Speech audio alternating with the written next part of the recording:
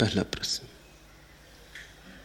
सत्य कहा नहीं जा सकता है, फिर भी संत क्यों बोलते हैं?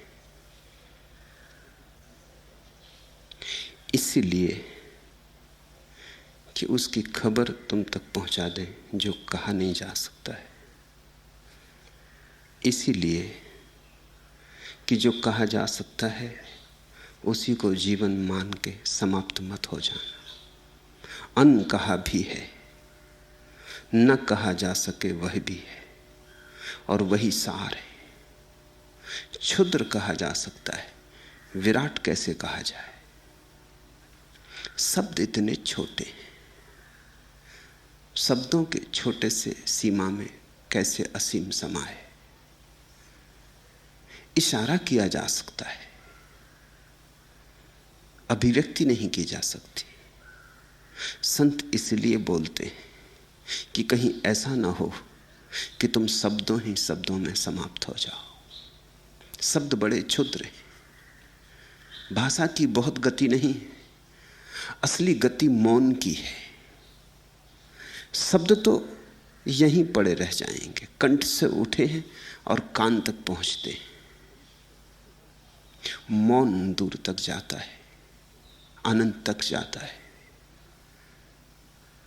नहीं तो तुम्हें यह भी कैसे पता चलता कि सत्य नहीं कहा जा सकता है?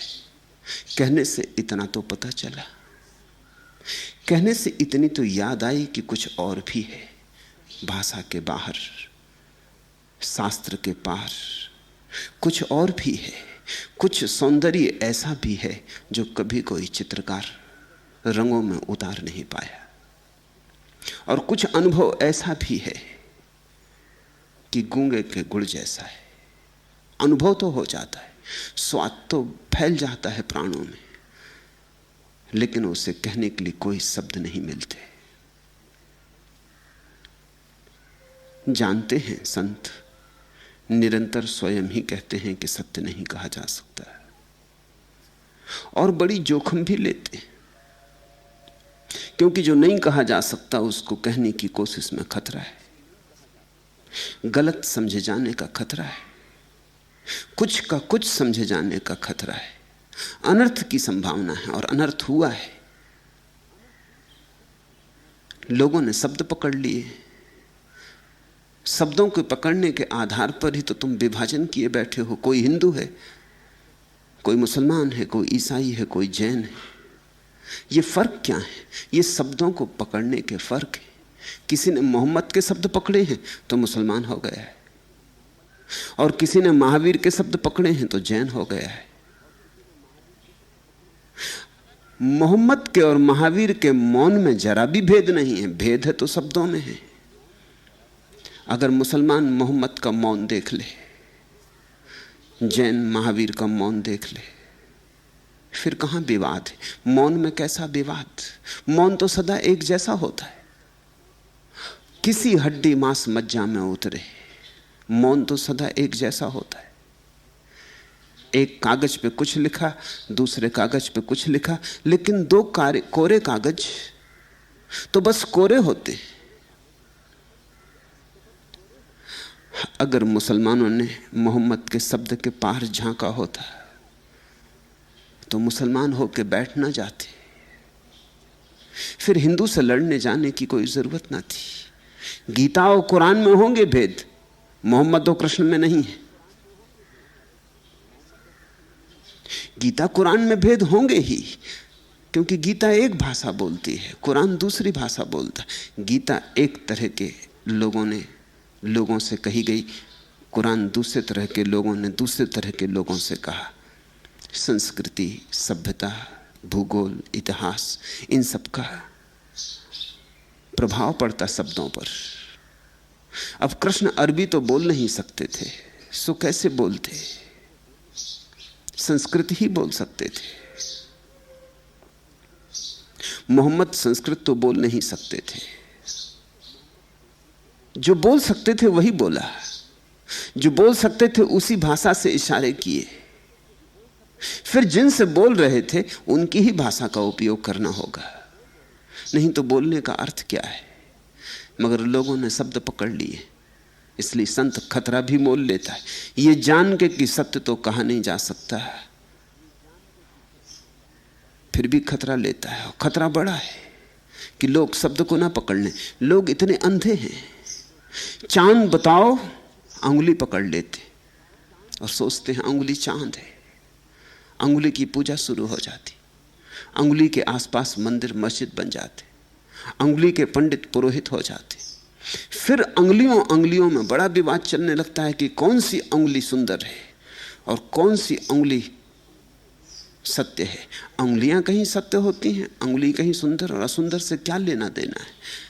कुरूप से कुरूप अंगुली भी चांद को बता सकती है और सुंदर से सुंदर अंगुली भी बता सकती है।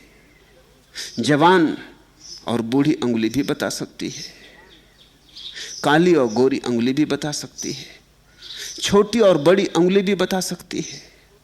अंगुलियों से क्या फर्क पड़ता है।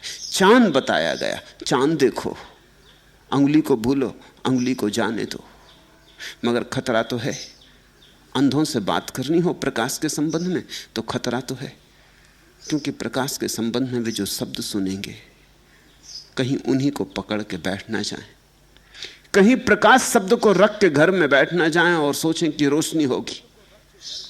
प्रकाश शब्द प्रकाश नहीं है और ना परमात्मा शब्द परमात्मा है।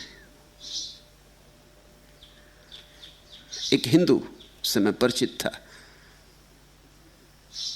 एक दिन मेरे पास आया और कहा कि मैं थक गया हिंदू धर्म से, मैं तो मुसलमान हो गया। मैंने पूछा फर्क क्या हुआ। मंदिर जाते थे, मस्जिद जाने लगे, कोई हर्जा नहीं। गीता पढ़ते थे, कुरान पढ़ने लगे, कोई हर्जा नहीं। मगर अगर तुम जिस ढंग से गीता को पकड़े थे उसी ढंग से कुरान को पकड़ा तो फर्क क्या होगा। उनका नाम था रामदास, वो मुसलमान हो गए, उनका नाम हो गया खुदा बख्श। दोनों का मतलब एक है।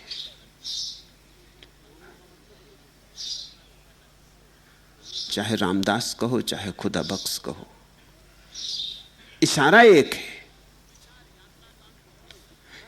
लेकिन हम इशारों को जोर से पकड़ लेते हैं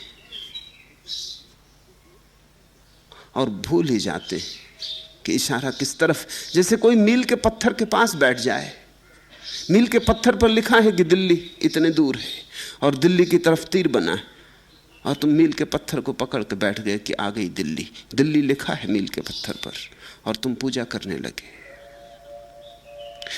वास्तविक धार्मिक व्यक्ति वही है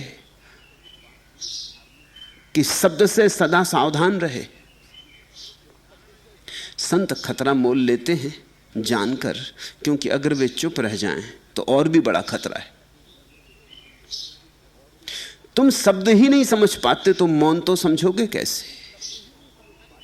ख्याल जो अभी बना नहीं, मन जो अभी मना नहीं, दुख जो अभी घना नहीं है, शब्दों में कहना है और कहना है अभी शुरू किए देता हूं।